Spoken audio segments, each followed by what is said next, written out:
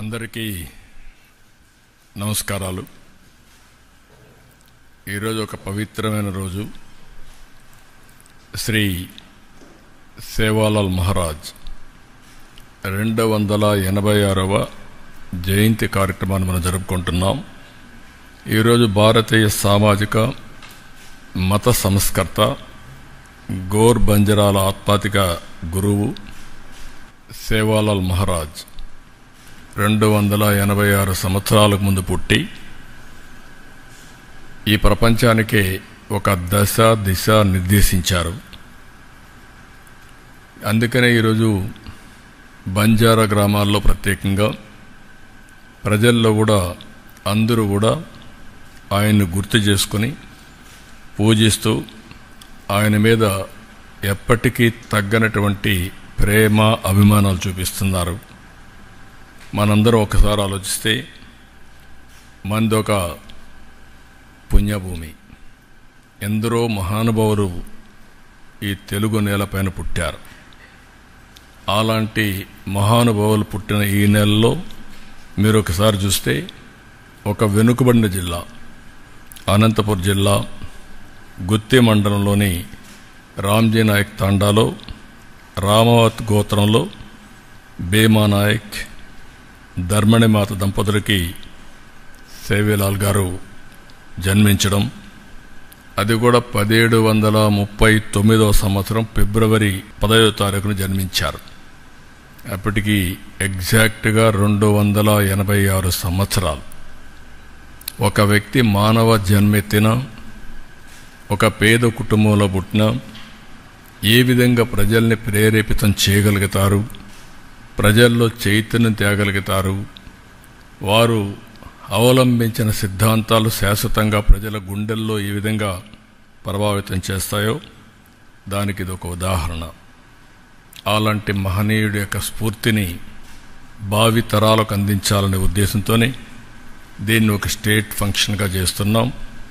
ఆయన పుట్టిన గ్రామంలో కూడా 50 లక్షల రూపాయలు శాంక్షన్ చేసి అక్కడ ఘనంగా కార్యక్రమాలని నిర్వహించమని కూడా ఆదేశాలు ఇచ్చాం. ఈరోజు ఆయన చూస్తే జగదాంబ మాతనే తన మార్గదర్శకురాలిగా గురువుగా స్వీకరించి అన్ని విద్యలు నేర్చుకుని బంజారాలకు ఎనలేని సేవలు అందించాడు. మూఢ నమ్మకాల్ని పోగొట్టడం కోసం ఈరోజు మనం మాట్లాడడం కాదు, ఆ రోజుట్లో 300 సంవత్సరాల కంటే ముందు ఇంకా ఎక్కువ మూఢనమ్మకాలు ఉండేటివి. ఆ మూఢనమ్మకాల్ని రూపుమాపడం కోసం ఆయన జీవితాంతం పనిచేశారు. సమస్త జీవకోటికి తల్లి అయిన అమ్మ భవానిని పూజించాలని, కానీ ఫలితాన్ని ఏమాత్రం కూడా ఆశించవద్దని బంజారాలకు చెప్పాడు. బాధ్యతగా మనం చేయాలి, ఆటోమేటిక్గా తల్లి దీవిస్తుందని చెప్పి చాలా స్పష్టంగా చెప్పాడు. దాన్ని బట్టి మనం అర్థం చేసుకోవాల్సింది, కర్తవ్యాన్ని మనం ప్రతిఫలం ఆలోచించకుండా చేస్తే ఆటోమేటిక్గా ప్రతిఫలాలు వస్తాయి. ఆ విషయమే ఆయన చాలా స్పష్టంగా చెప్పడం జరిగింది. రెండోది మీరు చూస్తే ఆయన సిద్ధాంతాల్లో హింస అనేది మహాపాపమని, అహింసా సిద్ధాంతానికి కట్టుబడి ఉండాలని పునాది వేశాడు. మహాత్మా గాంధీజీ తర్వాత మీరు ఒకసారి ఆలోచిస్తే అహింస విధానంతోనే మనకు స్వాతంత్రం తీసుకొచ్చారు. అంటే ఆయన కంటే ముందే సేవాలాల్ మహారాజ్జీ ఉద్బోధించారు. దాన్ని గాంధీజీ వీళ్ళంతా ఆచరించి దేశానికి విముక్తి కలిగించారు. ఇంకొక పక్కన చూస్తే ఆ రోజుట్లోనే బ్రిటిష్ అధికారులు, అన్యమత పాలకులు బంజారాలను కూడా ఇబ్బందులు పెడుతూ మతాల్ని మార్చమని కూడా ఒత్తిడి తీసుకొచ్చే పరిస్థితి ఉంటే ఆయన చాలా దృఢంగా సంకల్పం చేసి ముందుకు పోయేవారు. అందుకే శ్రీ సేవాలాల్ ప్రజల కోసం చేసిన అనేక ఉద్యమాలు చేశారు. ఒకటి రెండు కాదు, అనేక ఉద్యమాలు చేశారు. వీటిలో పేరీ ఫర్ ఒకటి. పేరీ అంటే మత మార్పిడులు పూర్తిగా అరికట్టడం, ధర్మ ప్రచారం, ఆర్థిక సంస్కరణలు, క్షేత్ర ధర్మాన్ని రక్షించడం, ఇలాంటివన్నీ ఈరోజు మనం మాట్లాడుకునే ఆర్థిక సంస్కరణలకు ఆ రోజే ఆయన సిద్ధాంతకర్త అయ్యాడంటే దీన్ని బట్టి అర్థం చేసుకోవాలి. ఒక విజనరీ కూడా. ఇంకొక పక్కన మీరు చూస్తే ఆయన ఒక ఆంధ్రప్రదేశ్ రాష్ట్రానికే కాదు, మన రాష్ట్రంలో పుట్టాడు, కానీ మహారాష్ట్రలో అంతిమ గడియలు అక్కడ వదిలిపెట్టాడు. ఆయన దేశమంతా కూడా తిరిగి విద్య, వైద్యం ఏ విధంగా ఉండాలి, ఎన్నో విద్యాలయాల్ని, అదే మరి ఆరోగ్య కేంద్రాలని ఏర్పాటు చేయడానికి దోహదం చేశాడు. సమాజంలో మానవత్వం, సాధారణ జీవితాన్ని గడపడం, అహంకారం లేకుండా ఉండడం, పేదలకు సేవలు చేయడం ఆయన చూపించినటువంటి సత్యాలు మనకు. ఆ మార్గాన్ని అందరంగా అవలంబిస్తే తద్వారా సమాజానికి ఎంతో మేలు జరుగుతుంది. ఆ విషయం కూడా గుర్తుపెట్టుకోవాల్సిన అవసరం ఉంది. ఈరోజు ఈ ప్రభుత్వాన్ని కూడా మీరు ఒకసారి ఆలోచిస్తే అందరి మనోభావాల్ని కాపాడుతూనే సమాజ హితం కోసం పనిచేస్తాం. ఈరోజు అందుకే నేను ఒక మాట చెప్పాను. ఇలాంటి మహనీయులు ఎంతోమంది చరిత్రలో అనేక మార్గదర్శక సూత్రాల్ని మనకు చూపించారు.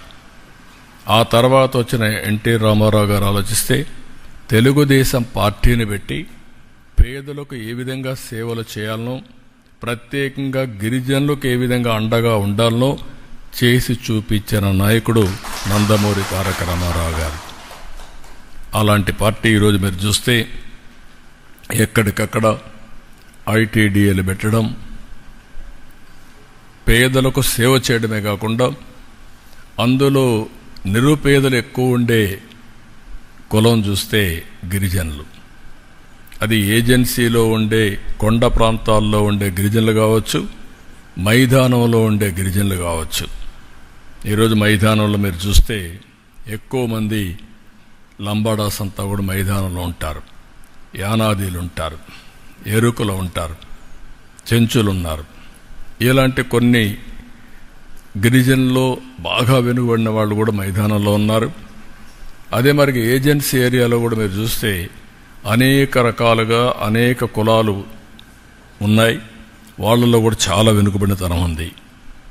ఈరోజు మనం అన్నీ కూడా మనం గుర్తుపెట్టుకోవాల్సింది, ఆ రోజు ఆయన చెప్పింది నగ్న సత్యం. ఇప్పటికి కూడా మనం ఆచరించిన ఇంకా మార్పు పూర్తిగా రాలేదు. అలాంటి మహనీయులు ఆశించినటువంటి మార్పు కోసం నాంది పలకదాం. అలాంటి మహనీయుల యొక్క స్ఫూర్తిని ఒకసారి మనం అందరం కూడా ఆలోచించుకొని మళ్ళీ పునరంకితం అవుదాం. ఈ ప్రభుత్వం చాలా స్పష్టంగా గిరిజన చట్టాలని కాపాడతాం. ఈరోజు మీరు చూస్తే ఈ ప్రభుత్వం వచ్చిన తర్వాత మైదానంలో కానీ గిరిజన ప్రాంతంలో కానీ జీరో పావర్టీ ఒక ప్రణాళిక పెట్టుకున్నాం. అందరికీ సమాజంలో సమాజ హితం కోసం పనిచేస్తాం. ఎక్కువ పేదలు ఎక్కడున్నారో ఆ వర్గానికి ఎక్కువ సేవలు అందించాల్సిన అవసరం ఉంది. ప్రత్యేక కార్యక్రమాలు చేపట్టవలసిన అవసరం ఉంది. అందుకే ఈ ప్రభుత్వం ఆలోచించాం. P4 అనే పాలసీ కూడా తీసుకొచ్చాను. మార్చి తెలుగు ఉగాది రోజున ఈ కార్యక్రమానికి శ్రీకారం చుడతాం. అందులో మీరు ఒక్కసారి ఆలోచిస్తే గవర్నమెంట్కి అనేక కార్యక్రమాలు ఇస్తున్నాం. ఈరోజు సమాజం వల్ల చాలామంది డబ్బులు సంపాదించారు, సంపద సంపాదించారు.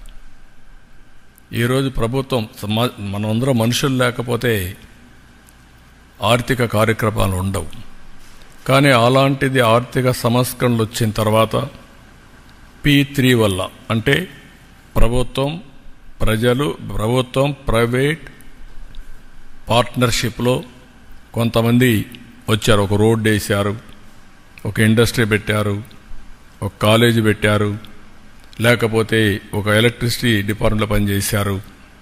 అక్కడ పనిచేసి ప్రజలకు సేవలు అందాయి, కానీ వాళ్ళు కూడా డబ్బులు సంపాదించారు.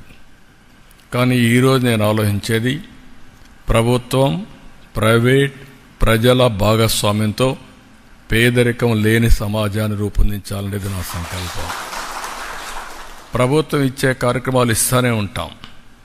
అదే సమయంలో ఈ సమాజం వల్ల పైకొచ్చిన వ్యక్తులు కూడా సమాజం పట్ల తిరిగి వాళ్ళ రుణం తీర్చుకోవాలి. అది ఈ కాన్సెప్ట్ నేను తీసుకొస్తున్నాను. ఒక వ్యక్తికి శక్తి ఉంటుంది, తెలివితేటలుంటాయి. 10 మంది ఉన్నారు ఆయన దగ్గర, 10 రూపాయలు ఉన్నాయి. మీరు ఒక 10 కుటుంబాలను, 100 కుటుంబాలను, 1000 కుటుంబాలను దత్తత తీసుకుని వాళ్ళల్లో ఉండే శక్తి సామర్థ్యాల్ని పైకి తీసుకొస్తూ వాళ్ళను కూడా మనతో సమానంగా పైకి తీసుకెళ్ళగలిగితే అది సమాజానికి ఉపయోగపడుతుంది. ప్రజలే మనకు ఆస్తి. నేను అందుకే మీ అందరికీ చెప్తున్నా, ఒక దృఢ సంకల్పంతో పనిచేసిన వ్యక్తి, దూరదృష్టితో పనిచేసిన వ్యక్తి మనందరికీ దైవ సమానుడు, దేవునితో సమానంగా మనం పూజిస్తున్నాం. అదే సమయంలో ఆయన ఏ ఆశయాలకు అవసరమైతే పనిచేశాడో అవన్నీ నెరవేర్చే బాధ్యత మనందరం తీసుకోవాల్సిన అవసరం ఉంది. గిరిజనులందరినీ కోరుతున్నాం, అందులో ప్రత్యేకంగా లంబాడాస్ను కోరుతున్నాం, అందులో సమాజంలో ఉండే అందరినీ కోరుతున్నాం. ఇలాంటి మహనీయుడిని ఒకసారి తలుచుకుని మనం అందరం పునరంకితమై పేదరికం లేని సమాజం. నేను అందుకే ఒక మాట చెప్పాను, మీరు గుర్తుపెట్టుకోవాలి. Wealthy, healthy, happy. పేదరికం ఉండకూడదు, డబ్బులు సంపాదించాలి. ఆరోగ్యంగా ఉండాలి. డబ్బులుంటేనే చాలదు.